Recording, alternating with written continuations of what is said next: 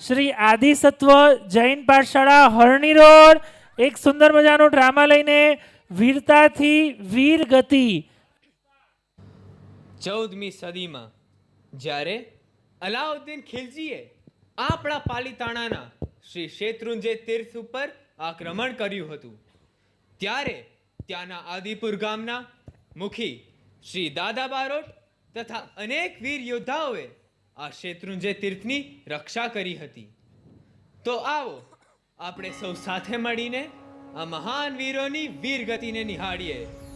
વીરતાથી વીરગતિ.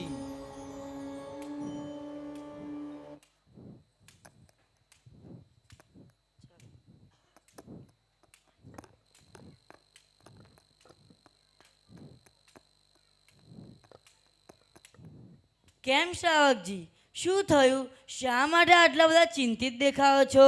દાદા બાપુ, અલાઉદ્દીન ખિલજીનું લશ્કર પાટણ જીતીને હવે તે આપણા પવિત્ર શેત્રુંજય તરફ આગળ વધી રહ્યું છે.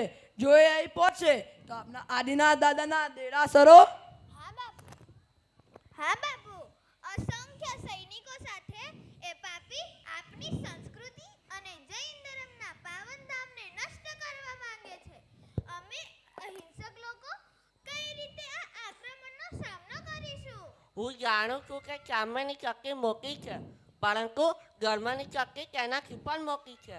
આપણે હિંસા માટે નહીં, પરંતુ ગરમાની માન અને તીર્થની રક્ષા માટે ઊભા છે. બરાબર છે અર્જુન. જ્યાં સુધી આ આદિપુરના બાળકોની ધમનીઓમાં લોહીનું એક પણ ટીપું વહે છે ને, ત્યાં સુધી શત્રુંજયના એક પણ પથ્થર ઉપર આંચ નહીં આવવા દઈએ. દેરાસર માત્ર જૈનોના નથી, એ તો અખંડ ગુજરાતની અસ્મિતા છે. આ પવિત્ર ભૂમિ ઉપર અસંખ્ય સાધુ સાધ્વીઓએ તપ કર્યું છે. તેમની સાધનાનો વારસો જાળવવો એ આપની ફરજ છે. બરાબર કેવું ગાગા બાપુ.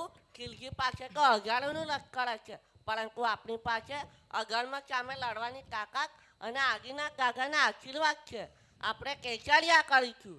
અર્જુન, ધર્મની રક્ષા માટે શસ્ત્ર કરતાં પણ વધુ શક્તિશાળી છે આપનો અડગ સંકલ્પ. આપના અહિંસાના માર્ગે રહીને પણ અન્યાય સામે ઝૂકીશું નહીં. બાપુ, હું ગામના દરેક યુવાનોને તૈયાર કરી દઈશ. આમ પણ દરેકના હૈયામાં તો હોળી સળગી જ રહી છે. આપ જલ્દીથી આદેશ આપો. ખિલજીની સેના ગમે ત્યારે તરટીએ આવી પહોંચશે. ભાઈ, માત્ર ભાઈઓ જ કેમ, આ આદિપુરની દીકરીઓ પણ કાંડામાં જોર ધરાવે છે.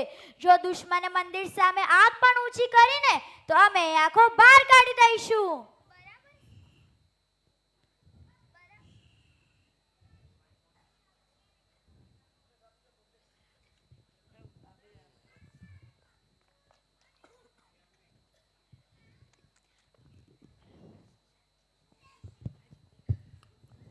બરાબર સુજાન, તારી વાત સાચી છે. દાદા બાપુ, અમે બહેનો પણ પાછળ હટીને રડીશું નહીં, પણ અમારા વીરોને તિલક કરીને યુદ્ધના મેદાને મોકલીશું અને જો જરૂર પડી તો પોતે પણ હથિયાર ઉપાડીશું. બાપુ, ભલે અમારું લોહી આ પવિત્ર ભૂમિ ઉપર વહેશે, પરંતુ આ તીર્થનું અપમાન નહીં થવા દઈએ. અમે સંકલ્પ કરીએ છીએ અંતિમ શ્વાસ સુધી પવિત્ર એવા શત્રુંજયની રક્ષા કરીશું. લગનની ચોરીના ફેરા ફર્યા ત્યારથી મેં તમારો સાથ આપ્યો છે. આઝાદ ધનની રક્ષાની ગાડી છે.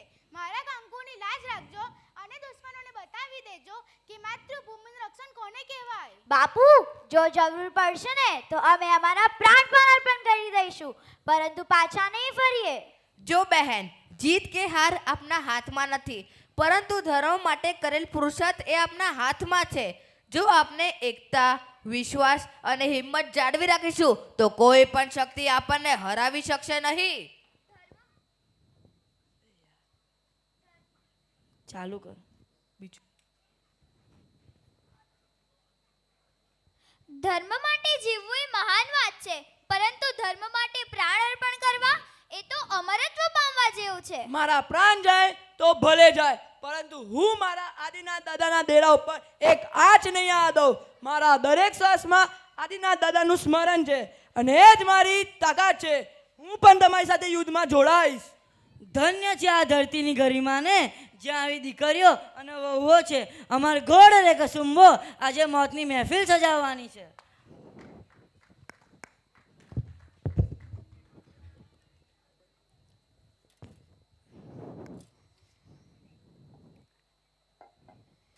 યાદ રાખજો મારા વીરો, આ તલવારની ધાર કરતા શ્રદ્ધાની ધાર વધુ તીક્ષ્ણ હોય છે.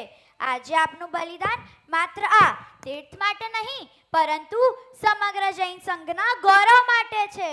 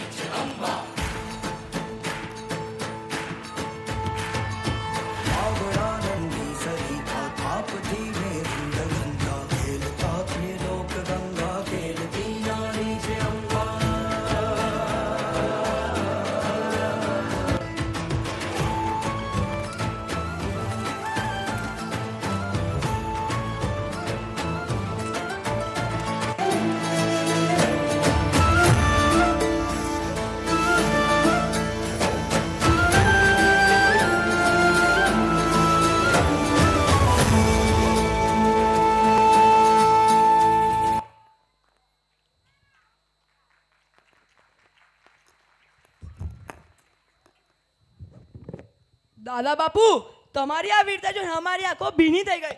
પરંતુ ખિલજીનું સૈન્ય બહુ મોટું છે. તો શું આપણે આ યુદ્ધ જીતી શકીશું? શ્રેણિકા બહેન, યુદ્ધ જીતવા માટે સંખ્યાની નહીં સંકલ્પની જરૂર હોય છે. અમે 51 વીરો જઈ રહ્યા છે પણ એ હજારો ઉપર ભારે પડશું. ઇતિહાસ સાક્ષી પુરશે કે જ્યારે જ્યારે આ ધર્મ પર આંચ આવી છે ત્યારે ત્યારે આ ગુજરાતના વીરોએ પોતાના માથા વાઢીને પણ આ તીર્થો બચાવ્યા છે. જય આદિનાથ, જય ગિરિરાજ. આજે દુશ્મનો લોહીની નદીઓ જોશે.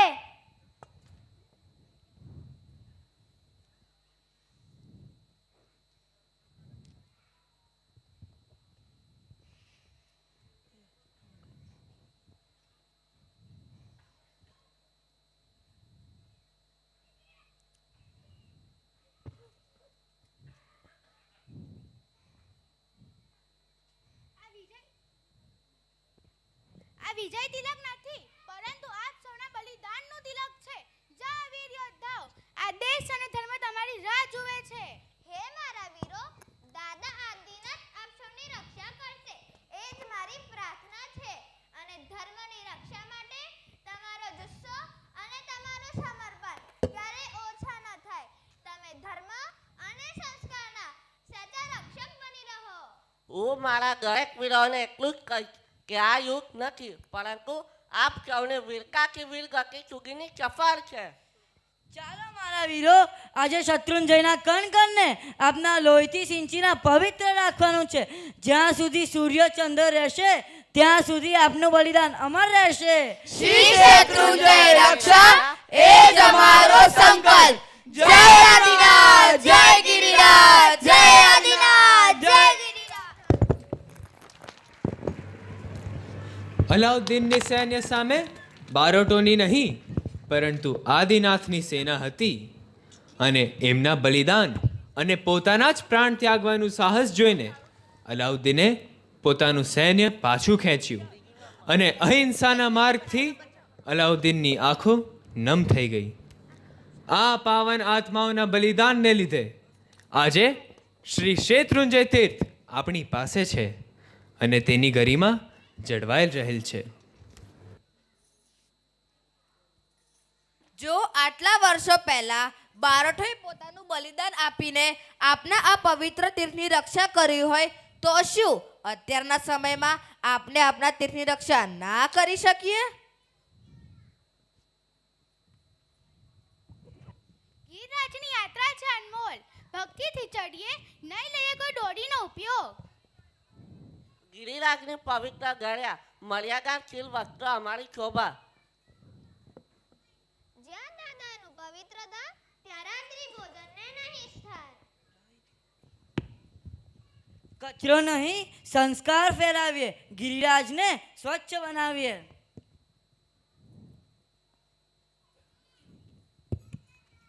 ભક્તિમાં મન પરોવીએ, શોપિંગમાં સમય ના ખોઈએ. તીર્થયાત્રાનો એક જ સંગાર સંયમ અને ત્યાગનો આધાર. દાદાની ધરતીનું રાખીએ માન, હોટલ લારીનું કાર્ય ત્યાગદાન. અમે પણ ગિરિરાજની મર્યાદાનું પાલન તો કરીશું જ.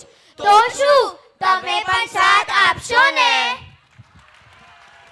ચાલો આપણે સૌ પ્રતિજ્ઞા કરીએ કે આપણા અંતિમ શ્વાસ સુધી પવિત્ર એવા શ્રી શત્રુંજય તીર્થની તન મન અને ધનથી રક્ષા કરીશું. જી નાગના વિરુદ્ધ કંઈ પણ બોલાયું હોય તો આપ સર્વેને અમારા તરફથી મિચ્છામી દુક્કડમ. પ્રણામ. પ્રણામ.